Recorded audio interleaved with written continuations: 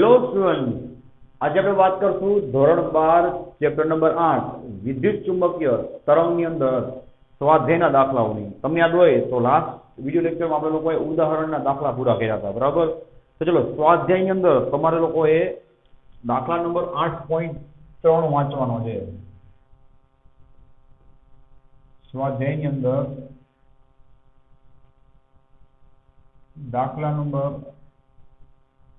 8.3 direct answer જેમાં જોવો જોઈએ. 10⁻10 મીટર તરંગલંબાઈ ધરાવતા એક્સ-રે, 6800 એંગસ્ટ્રોમ તરંગલંબાઈ ધરાવતા રાતો પ્રકાશ અને 500 મીટર તરંગલંબાઈ ધરાવતો રેડિયો તરંગ, એના માટે કઈ ભૌતિક રાશિ સમાન હોય?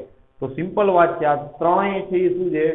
તો કે વિદ્યુત ચુંબકીય તરંગ છે. મેં તમને કીધું કે 7 વિદ્યુત ચુંબકીય તરંગ છે, એમાં એક સામ્યતા છે કે એની શૂન્યાવકાશમાં ઝડપ સમાન હોય. કેટલી? તો કે 3×10⁸ મીટર પ્રતિ સેકન્ડ. માત્ર પ્રકાશ નહીં, એ સિવાયના પણ 6 વિદ્યુત ચુંબકીય તરંગો છે, એ બધાની ઝડપ પ્રકાશની ઝડપ જેટલી, એટલે કે 3×10⁸ મીટર પ્રતિ સેકન્ડ હશે. તો તમે જવાબમાં શું લખશો? બોલો જોઈએ કે આપેલ ત્રણેય કઈ રાશિ સમાન હશે? તો તમારે લખવાનું કે ભાઈ આપેલ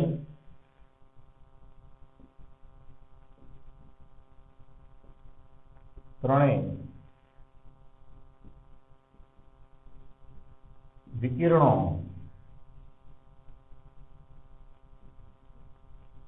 વિદ્યુત ચુંબકીય વિકિરણો હોવાથી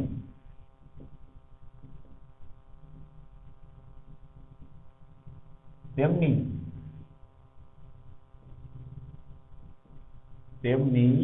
શૂન્યાવકાશમાં ઝડપ સમાન હશે. તમને શું પૂછ્યું છે ભાઈ? કઈ રાશિ સમાન હશે આ તળે વધારે? તો તમારે કહેવાનું એની ઝડપ છે એ સમાન હશે. બરાબર? એટલે કેટલી હશે તમને ખબર જ છે. C બરાબર 3×10⁸ મીટર પ્રતિ સેકન્ડ. ઓકે, ચલો નેક્સ્ટ દાખલો વાંચો. સ્વાધ્યાયનો 8.4 જો જોઈએ. એક સમતલ વિદ્યુત ચુંબકીય તરંગ z દિશામાં શૂન્યાવકાશમાં, ભાઈ શૂન્યાવકાશ છે ઠીક કરી લેજો, અને z દિશામાં ગતિ કરે છે, બરાબર? આ વખતે એની પ્રસરણની દિશા કઈ થઈ જાય? z. તેમાં વિદ્યુત ક્ષેત્ર અને ચુંબકીય ક્ષેત્રના સદિશો માટે તમે શું કહી શકો? અને તરંગની આવૃત્તિ 30 મેગાહર્ટ્ઝ હોય તો તેની તરંગલંબાઈ કેટલી થાય? ચલો, એકદમ ઈઝી આન્સર છે. આમાં શું લખ્યું છે જોવો જોઈએ. શૂન્યાવકાશમાં એની પ્રસરણ દિશા ક્યાં છે? z દિશામાં. તો ત્યાંથી આપણે શું કરશું? શરૂઆત હવે આપેલ તરંગ જો ભાઈ આપેલ તરંગની પ્રસરણ દિશાએ, એની ગતિની દિશાએ ક્યાં છે ભાઈ? તો કે z દિશામાં છે. હવે આપણો જે તરંગ આપ્યો છે એની પ્રસરણ દિશા ક્યાં છે ભાઈ? z દિશામાં છે. તો તમારે શું કહેવાનું છે કે વિદ્યુત ક્ષેત્ર અને ચુંબકીય ક્ષેત્ર કઈ દિશામાં હશે, અથવા એના વિશે તમે શું માહિતી આપી શકો? તો તમારે કહેવાનું ભાઈ નેક્સ્ટ પોઈન્ટ કે વિદ્યુત ક્ષેત્ર એ x દિશામાં અને ચુંબકીય ક્ષેત્ર ક્યાં? આપણે વાત થઈ હતી ને ભાઈ કે ત્રણેય એકબીજાના લંબ હોય. એની દિશા, એની પ્રસરણ દિશા, એનું વિદ્યુત ક્ષેત્ર અને ચુંબકીય ક્ષેત્ર ત્રણેયના દોલનો કેવા હોય? એકબીજાને લંબ હોય. તો આ z માં હોય, વિદ્યુત ક્ષેત્ર x માં હોય, તો ચુંબકીય ક્ષેત્ર ક્યાં હોય? અને ચુંબકીય ક્ષેત્ર y દિશામાં હશે, બરાબર ને? અને ચોખ્ખું લખી આપવું જોઈએ ભાઈ કે ત્રણેય એટલે કોણ? એની પ્રસરણ દિશા, ચુંબકીય ક્ષેત્ર, વિદ્યુત ક્ષેત્ર, ત્રણેય એકબીજાને કેવા હશે ભાઈ? એકબીજાને લંબ હશે. રેડી? પ્રસરણ દિશા, વિદ્યુત ક્ષેત્ર અને ચુંબકીય ક્ષેત્ર બધા એકબીજાને કેવા હશે? લંબ હશે. ઓકે, સિવાય શું માંગ્યું છે? વાંચો જોઈએ તરંગલંબાઈ. ચલો, તમે f કેટલા આપ્યા છે? વાંચો 30 મેગાહર્ટ્ઝ. એકદમ પહેલું સૂત્ર જે બધાને આવડે છે, શું થાય બોલો જોઈએ? આવૃત્તિ જેને આપણે f કહી છીએ, f બરાબર શું થાય બોલો? c/λ. હવે આ c શું કામ લીધું? v શું કામ નહીં? તો મેં તમને કીધું તો ટીક કરવાનું. શૂન્યાવકાશમાં ગતિ કરે છે. વાંચો, શૂન્યાવકાશમાં ગતિ કરે છે એવું લખ્યું છે, બરાબર? માટે લેમડા બરાબર સી ના છેદમાં એફ. ચલો સી કેટલા લેશો ભાઈ? 3 × 10⁸ મીટર પ્રતિ સેકન્ડની ઝડપ. આવૃત્તિ કેટલી આપી છે વાંચો? 30 મેગાહર્ટ્ઝ. એટલે 30 મેગા એટલે 10⁶ થાય. ધ્યાન આપજો. આ મીંડું બાજુમાં આપી દો 10�7 થઈ જાય. 3 વધે, 3 3 ઉડી ગયા. 10�7 ઉપર એનો માઇનસ 8 માંથી 7 જાય. કેટલી વધશે? 10⁻⁴. એટલે કે જવાબ શું આવશે? 10 મીટર. વાંચો તો જવાબ. ઓકે, આવી ગયો આન્સર. ચલો, તો આ થઈ ગયો કમ્પ્લીટ સમ. હવે વાત કરવાની છે સ્વાધ્યાય 8.5 ની. વાંચો તો એક રેડિયો 7.5 મેગાહર્ટ્ઝ થી 12 મેગાહર્ટ્ઝ ની વચ્ચે ટ્યુન કરવામાં આવે છે. આવો જ દાખલો આપણે ચેપ્ટર 7 માં ભણી ગયા છીએ. બરાબર છે? એ ટાઈપનો દાખલો છે. અને આનુષંગિક તરંગ લંબાઈનો ગાળો કેટલો થાય? તો સિમ્પલ વાત છે ભાઈ, તમને ફ્રીક્વન્સી મિનિમમ કેટલી જોઈએ વાંચો? મિનિમમ આવૃત્તિ કેટલી આપી છે? 7.5 મેગાહર્ટ્ઝ. એટલે કેટલું થાય બોલો જોઈએ? 7.5 10⁶ હર્ટ્ઝ થાય. ને મહત્તમ આવૃત્તિ કેટલી આપી છે ભાઈ? જોવો જોઈએ 12 મેગાહર્ટ્ઝ. 12 મેગાહર્ટ્ઝ એટલે કેટલું થશે? 12 એને ગુણ્યા 10⁶ હર્ટ્ઝ. બરાબર છે? ચલો, તમારે શું ગોતવાનું છે ભાઈ? વાંચો તરંગ લંબાઈનો ગાળો. સિમ્પલ વાત છે, એફ બરાબર સી ના છેદમાં લેમડા. બરાબર, અહીંયા સી ની ચોખવટ નથી કરેલી એટલે તમારે શું લેવાનું છે ભાઈ? શૂન્ય અવકાશમાં જેનો વેગ લઈને ચાલવાનું છે. બરાબર, સી એટલે કે પ્રકાશનો વેગ. બીજું એફ બરાબર સી બાય લેમડા. આવૃત્તિ અને તરંગ લંબાઈ બે કેવા છે? એકબીજાના વ્યસ્ત પ્રમાણમાં. સમજાય? તો બહુ ધ્યાનથી કામ કરજો. જો તમે અહીંયા એફ મિનિમમ લેતા હોય, સાંભળો, તો સી બાય લેમડા. અહીંયા તમને લેમડા શું મળે ભાઈ? મેક્સિમમ મળે. રેડી છે? માટે lambda maximum is equal to C ના છેદમાં તો એફ મિનિમમ. બરાબર ને? સી ના છેદમાં એફ મિનિમમ. જો શું થશે? ચલો, કિંમત મૂકી દો. સી કેટલા છે? 3 × 10⁸ ના છેદમાં એફ મિનિમમ ગોતવાના છે. એફ મિનિમમ મૂકવાના છે. સોરી, 7.5 એને 10⁶. ધ્યાન આપજો ભાઈ, કઈ રીતે કામ કરતો હોય. જો સાંભળો, 8 ઘાતમાંથી 6 ઘાત જાય એટલે 2 વધે. 10⁻2 એટલે 100. 100 × 3 એટલે શું થાય? 300. 300 ભેગા તમારે 7.5 કરવાના. તમને મળશે 40. જો જે આન્સર 40 મીટર. આ તમને મળી ગઈ મહત્તમ તરંગ લંબાઈ. બરાબર ને? હવે આપણે આગળ વાત કરી તો જો આપણે એફ મેક્સિમમ લખતા હોય, હમણાં આપણે શું લખ્યું હતું? મિનિમમ. F maximum. તો તમને આ શું મળશે? સી ના છેદમાં લેમડા મિનિમમ મળશે. માટે લેમડા મિનિમમ બરાબર સી ના છેદમાં એફ મહત્તમ. બરાબર છે? સી બરાબર શું આવશે? 3 × 10⁸ ના છેદમાં એફ મેક્સિમમ કેટલા આવશે? જોવો જોઈએ. એફ મેક્સિમમ જે 12 × 10⁶. 12 × 10⁶. બરાબર ને? ચલો, સેમ વસ્તુ કે 10⁸ માંથી 6 બાદ કરશો એટલે 2 વધશે. એટલે કે 300 ભાગ્યા તમે 12 કરશો, તમને મળશે 2500. 25 મીટર. તો આપણને મળી ગયો તરંગ લંબાઈનો ગાળો. કેટલો? તમને શું માંગ્યું છે ભાઈ? તરંગ લંબાઈનો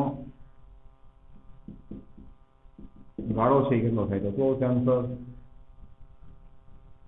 25 મીટર થી 40 મીટર. જોવો જોઈએ. આવી ગયો તમારો આન્સર. ઓકે, નેક્સ્ટ જોવો. સ્વાધ્યાયનો 8.6. ઓકે, 8.5 પૂરો કર્યો આપણે. સ્વાધ્યાયનો 8.6.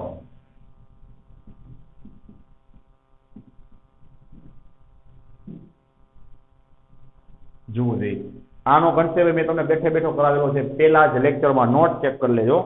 એક વિદ્યુતભાર તેના સરેરાશ સમતોલન સ્થાનની આસપાસ 10⁹ હર્ટ્ઝ આવૃત્તિથી દોલન કરે છે. તો આ દોલક દ્વારા ઉત્પન્ન થતા વિદ્યુત ચુંબકીય તરંગની આવૃત્તિ શું થાય? તો મેં તમને એક લાઈન લખાવી હતી, યાદ કરો. એમાં 2 MCQ બનતા હતા. મેં તમને કીધું હતું કે વિદ્યુતભારના દોલનની આવૃત્તિ અને એમાંથી ઉત્પન્ન થતા વિદ્યુત ચુંબકીય તરંગની આવૃત્તિ અને ઉર્જા એ બે સરખા હોય. એ થઈ ગયો તમારો આન્સર. તો અહીંયા તમે લખી આપું છું કે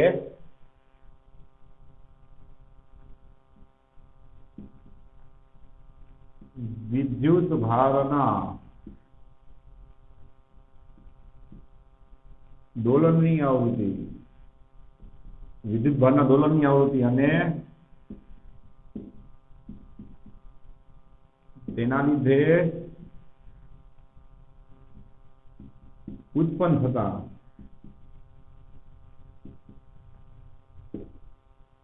વિદ્યુત ચુંબકીય તરંગની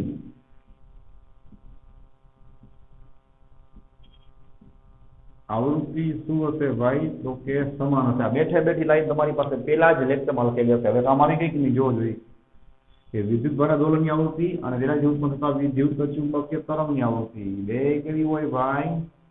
સમાન હોય. ઉર્જાની વાત કરે તો ઉર્જામાં શું આવે? સમાન હોય. તમારે શું બસમાં જે વાંચવું જોઈએ? વિદ્યુત ચુંબકીય તરંગની આવૃત્તિ કેટલી થાય ત્યાં શું લખતું બોલવું જોઈએ? હવે શોર્ટમાં લખું છું, બરાબર. વિદ્યુત ચુંબકીય તરંગની આવૃત્તિ ઇઝ ઇક્વલ ટુ વિદ્યુત ભારના દોલનની આવૃત્તિ. ચલો, વિદ્યુત ભારના દોલનની આવૃત્તિ કેટલી છે વાંચો? 10⁹ હર્ટ્ઝ. તો વિદ્યુત ચુંબકીય તરંગની આવૃત્તિ પણ શું થાય?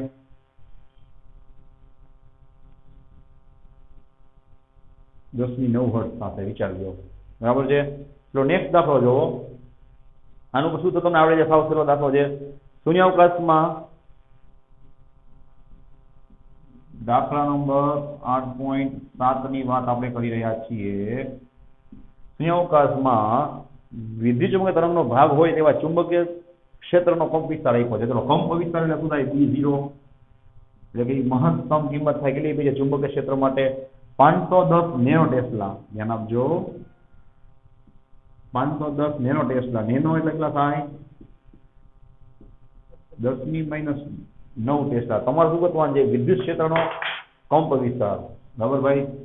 વિદ્યુત ક્ષેત્રનો કંપ વિસ્તાર શું થાય? ચલો, બધાયને સૂત્ર આવે છે કે વિદ્યુત ક્ષેત્ર અને ચુંબકીય ક્ષેત્ર વચ્ચેનો સંબંધ આપણે લાક્ષણિકતામાં લખાવેલો જ છે. શું થાય? યાદ કરો ભાઈ. E/B બરાબર C. મહત્તમની વાત ચાલે છે તો બે જગ્યાએ શું લખી નાખવાનું? E0/B0 અથવા બોલાય E0/B0. ચલો, આપણે શું ગોતવાના છે ભાઈ? E0. શું આવશે? B0 સામે જશે C × B0. ચલો, C કેટલા છે જોવો જોઈએ? 3 × 10⁸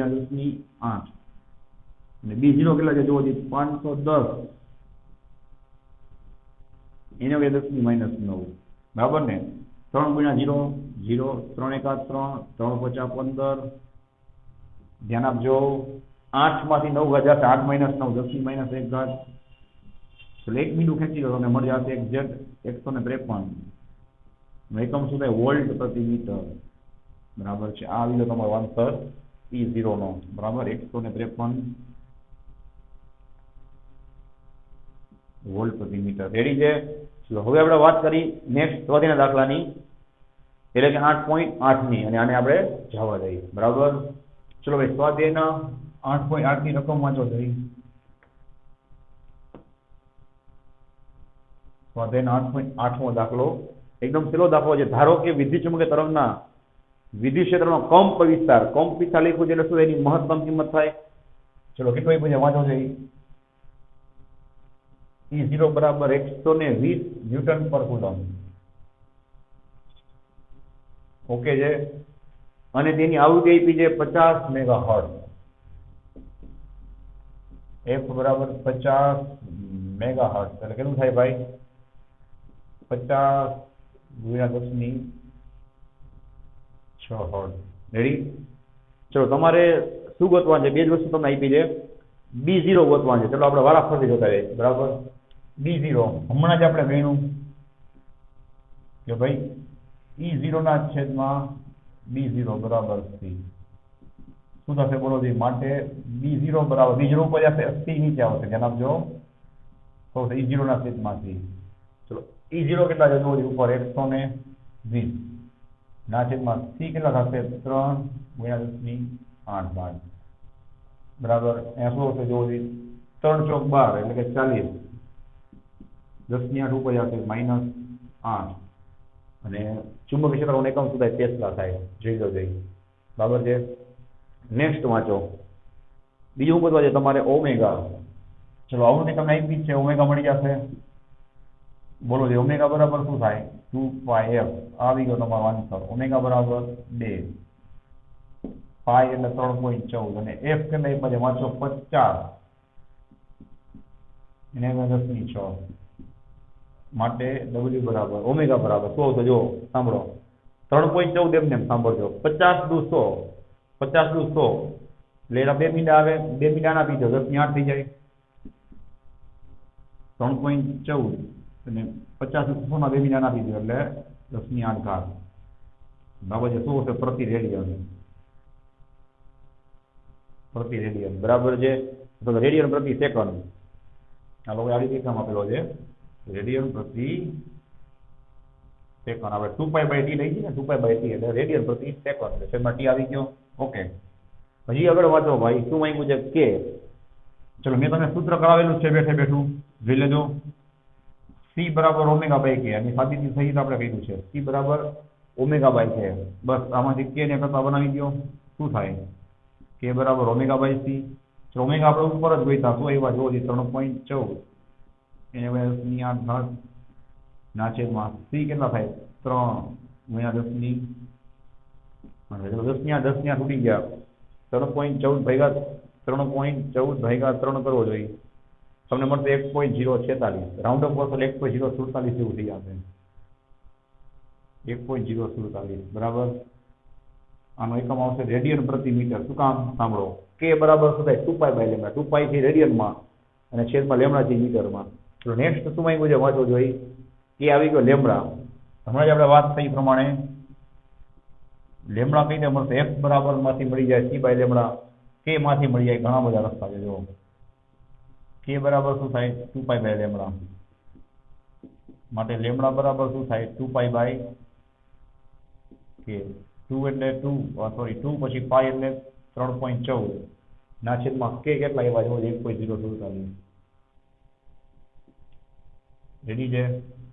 ચલો કેસી માં કરો 3.14 ગુણ્યા 2 કેટલા થાય 6.28 થાય 6.28 ભાગ્યા 1.047 તમને મળશે 5.998 એટલે એક્ઝેક્ટ તમને 6 જેવું મળશે 6 મીટર બરાબર છે. ચલો એ સિવાય શું માંગ્યું છે વાંચવો જોઈએ E અને B ના સૂત્રો. ચલો આને આપણે રકમ હજી પણ વાંચવો જોઈએ. તમને દિશા કઈ આપી છે દિશાની કઈ વાત નથી કરી એટલે પ્રથમ દિશાને આપણે x લઈ લઈ તો ઓલા બે સુધા છે E અને B છે y માં લઈ લે y માં અને B છે z માં. તો ધ્યાન આપજો સદિશ E બરાબર આપણે લખી નાખી E of y into j કરે બરાબર કે ભાઈ ધારો કે આ j છે j કરે એટલે કે y દિશામાં છે. ચલો સૂત્ર તમને બધાને આવડે છે શું થાય બોલો E0 into sin omega t minus kx લઈ શકાય kx માઇનસ ઓમેગા t લઈ શકાય બરાબર અલગ અલગ હોય છે આપણે kx માઇનસ ઓમેગા t લઈ લઈએ કઈ દિશામાં આવશે j કરે એટલે કે y દિશામાં. ચલો E0 ક્યાં ગયો જોવો જોઈએ ઓકે E0 એ પાછા 120 વાંચતા જાઓ ખાલી જોઈએ કિંમત મૂકવાની છે 120 into sin. ચલો k કેટલા છે જોવો જોઈએ k છે આપણે અહીંયા જોઈતા 1.047 into f માઇનસ ઓમેગા કેટલા છે જોજો આપણે જસ્ટ જોઈતા 3.14 ગુણ્યા 10 ની 8 વાંચો જોઈએ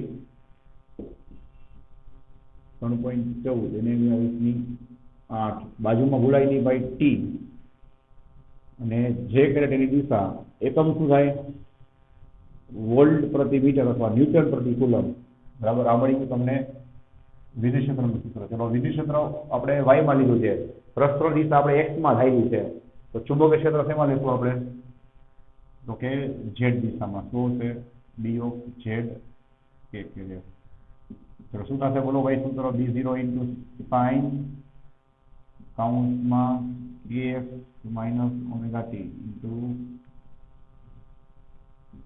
k કરે એની દિશા. ચલો b0 કેટલા છે જોવો છે આપણે બસ ગોઈતા હું જો 40 ના 10 ની -8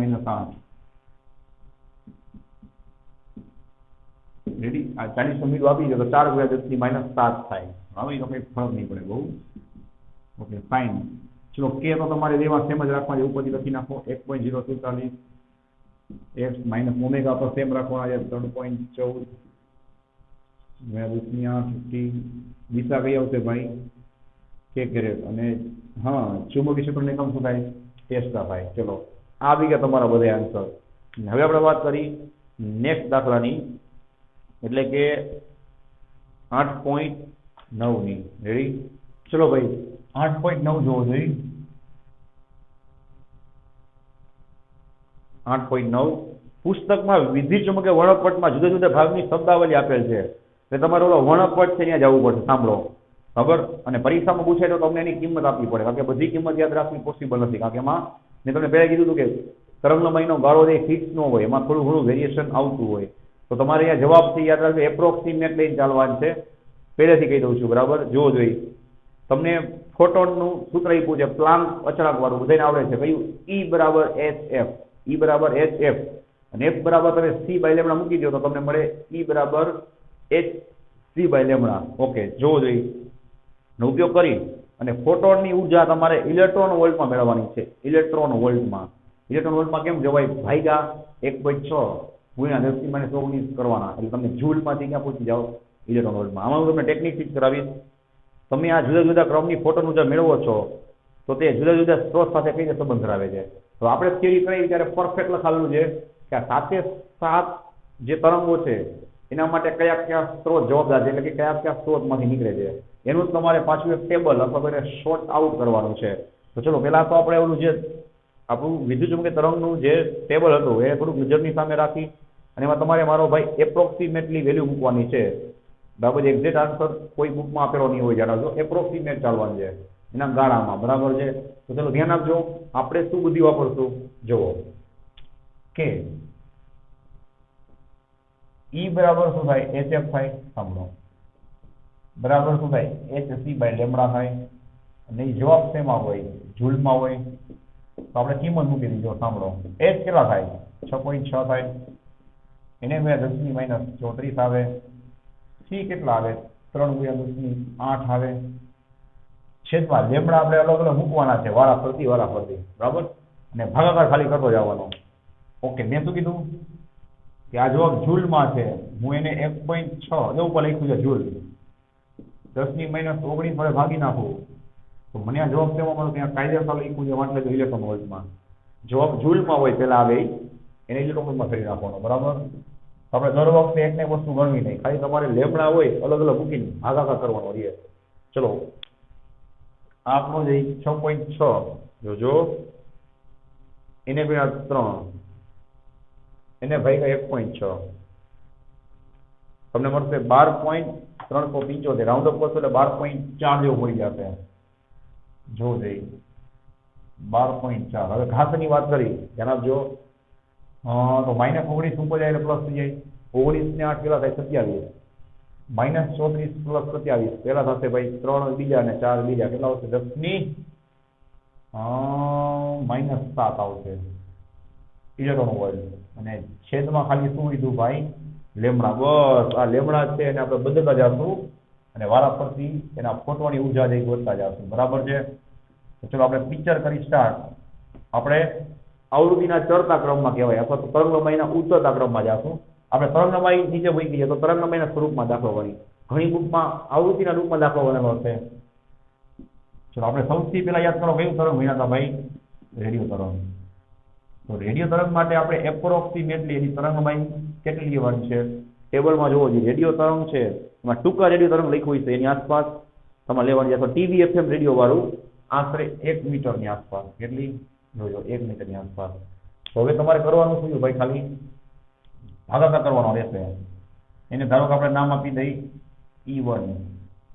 બોલો ભાઈ, જયારે ભાગાકાર કરશો 12.4 એને 10⁻7 ના છેદમાં લેમડા કેટલા લીધા મેં આ સૂત્રમાં? 1. મને શું મળ્યું? 12.4 10⁻7 ઇલેક્ટ્રોન વોલ્ટ ઉર્જા. આવી ગયો પેલો આન્સર. હવે રેડિયો તરંગ છે એ શેમાંથી નીકળે? યાદ કરો, એનો સ્ત્રોત કોણ છે? આ બધું બીજી વાર રિવિઝન સાથે. સ્ત્રોત કોણ છે ભાઈ? તો કે પ્રવેગિત ગતિ કરતા વિદ્યુત ભારો. આપણે આખી થિયરી કરાવી હતી વિદ્યુત ચુંબકીય વર્ણપટની સ્પેશિયલ, એમાં લખાવેલું છે. ચલો તમારે સ્ત્રોત અને એની આશરે એના ફોટોની ઉર્જા બે કહેવાનું છે. ચલો હવે આપણે વાત કરશું એટલે કે રેડિયો પછી શું હતું યાદ કરો.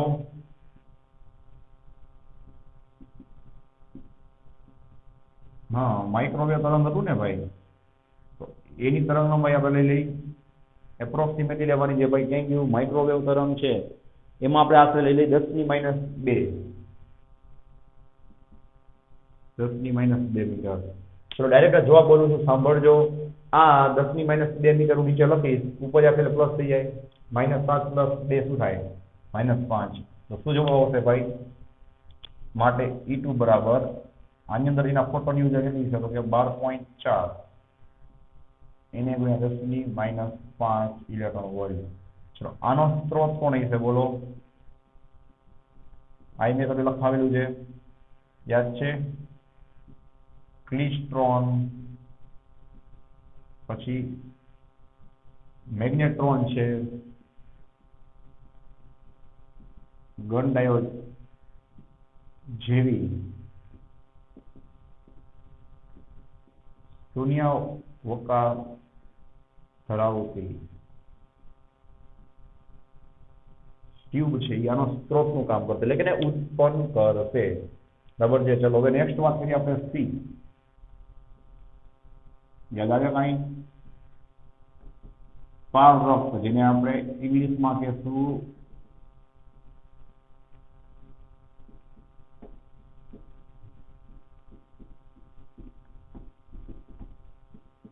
ઇન્ફ્રારેડ તરંગો. ચલો એમાં આપણે એપ્રોક્સિમેટ એની તરંગલંબાઈ લેશું.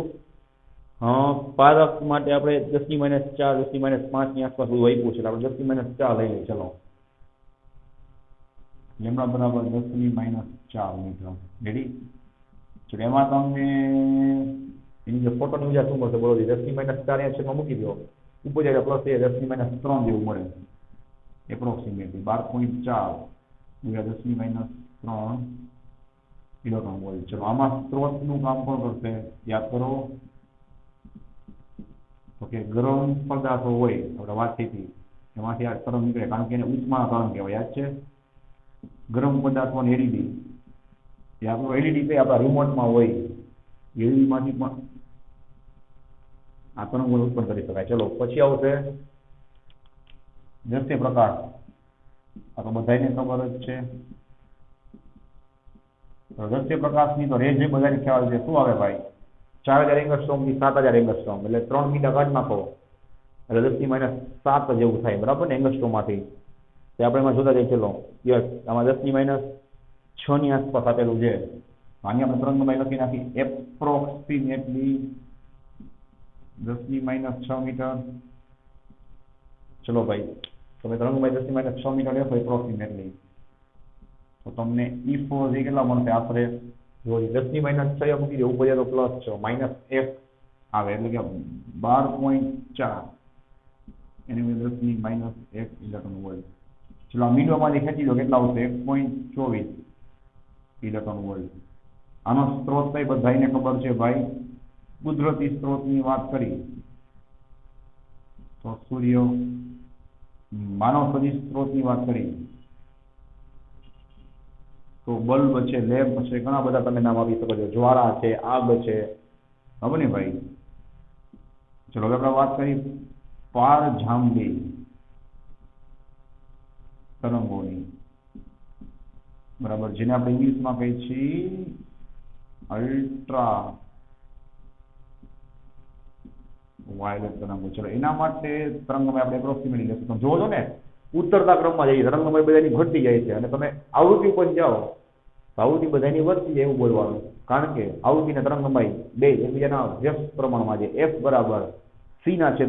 બરાબર? F ઉપર આવે એટલે હમણાં નીચે આવે છે સૂત્રમાં. ચલો ભાઈ, દ્રશ્ય પ્રકાશ આપણે શું વાત થઈ? પારજાંબલી. પારજાંબલીમાં તમને એપ્રોક્સિમેટલી આપી છે 10⁻7 થી 10⁻8 ની આસપાસ. આપણે -6 લીધી, તો આપણે શું લઈ લઈએ? 10⁻7 મીટર.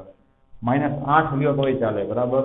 ચલો તો તમને એમાં એની ઉર્જા કેટલી મળશે? ફોટોનની ઉર્જા E5 બરાબર. ચલો -7 લેશો ભાઈ, 10⁻7 એટલે સામસામે ઉડી જશે.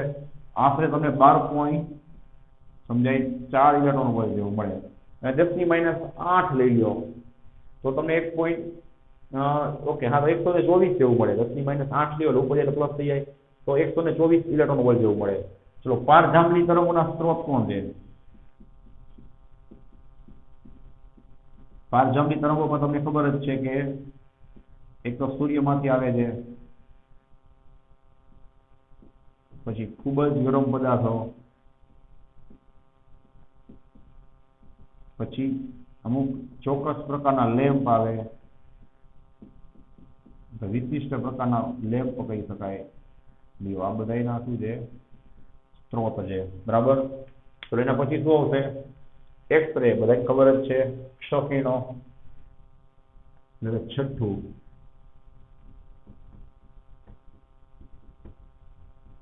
જેને આપણે કહીએ ઇંગ્લિશમાં એક્સ-રે. તો એની તરંગમાં આખરે આપણે લેશું એપ્રોક્સિમેટલી જોવો જોઈએ.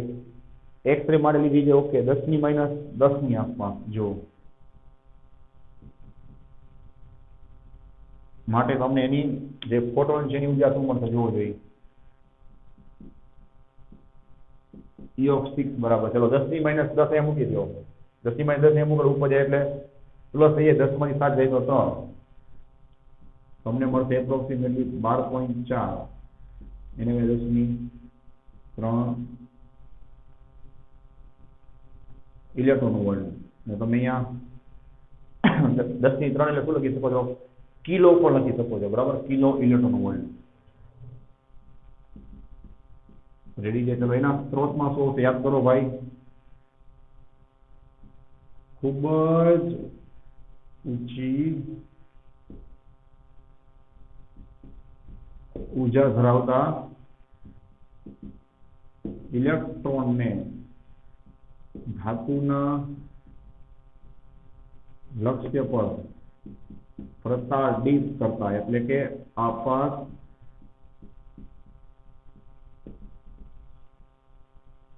આપાત કરીને ક્ષકિરણો ઉત્પન્ન કરી શકાય છે. બરાબર. તો જે સ્ત્રોત છે એનું તો તમારું એકદમ રિવિઝન થઈ ગયું. ધીમે ધીમે તમને એ બાને યાદ રહી જશે. ચલો, છેલ્લે કોણ આવશે ભાઈ? ગામા રેઝ, એટલે કે ગામા કિરણો. તો ગામા તરંગો. ચલો, એની લેમ્ડાની આપણે એપ્રોક્સિમેટલી વાત કરીએ તો જોવો જોઈએ. એની રેન્જ તો -11 થી લઈને -14 સુધી છે. આપણે એપ્રોક્સિમેટલી લેશું 10 - 12. 10 - 12 મીટર. રેડી છે. ચલો, એના માટે તમને E7 એટલે કે એની ફોટોનની ઉર્જા શું મળશે બોલો જોઈએ. ચલો, 10 - 12 ઘરે મૂકી દો. -12 ઉપર જાય પ્લસ થઈ જાય. 12 માંથી 7 જશે તો 5. તો ના થાય શું મળશે? 12.4 એટલે કે 10 - 5 ઇલેક્ટ્રોન વોલ્ટ. યાદ છે મેં તમને કીધું હતું કે જેમ એની આવૃત્તિ વધારે હોય, એની તરંગલંબાઈ બહુ ઓછી છે એટલે એની આવૃત્તિ બહુ જ વધારે થાય. ને તમે લખાયું હોય વિદ્યુત ચુંબકીય વર્ણપટમાં કે ગામા તરંગોની આવૃત્તિ સૌથી હાઈએસ્ટ હોય આ 7 માંથી. એટલે એની સ્પીડ બહુ વધારે, સ્પીડ તો વધારે હોય જ, પણ એ રોકવા અઘરા છે. ખ્યાલ આવે? બહુ વધારે ઝડપથી નીકળી જશે. સૌથી વધારે રોકવા અઘરા શેમાં છે? ગામા કિરણોને. અને એની શું કામ? તો એની ઉર્જા જો સૌથી હાઈએસ્ટ છે. જોયું? તો એની આવૃત્તિ સૌથી વધારે હોય અને એની તરંગલંબાઈ સૌથી ઓછી હોય. ચેક કરી લો. જેટલા છે એમાંથી બધામાં હાઈએસ્ટ ઉર્જા એની છે. બીજું કે તમે હજી એક મીંડું ખેંચી લો એટલે 1.24 10 - 6 એટલે 10 - 6 એટલે મેગા થાય 1.24 મેગા ઇલેક્ટ્રોન વોલ્ટ. ને મેગા ઇલેક્ટ્રોન વોલ્ટ જે લેવલની ઉર્જા છે એ હંમેશા શેમાં જોવા મળે? તો કે ન્યુક્લિયર પ્રક્રિયાઓમાં. તો એ ઉર્જા ઉપરથી ખ્યાલ આવી જાય કે આ તો ગામા કિરણો હોવા જોઈએ. બરાબર ને? ગામા કિરણો હોવા જોઈએ. અને છેલ્લી એની આપણે વાત કરી ગામા કિરણોનો સ્ત્રોત, એ પણ આપણે લખાયું હોત તો શું યાદ કરવો જોઈએ? અમુક ન્યુક્લિયર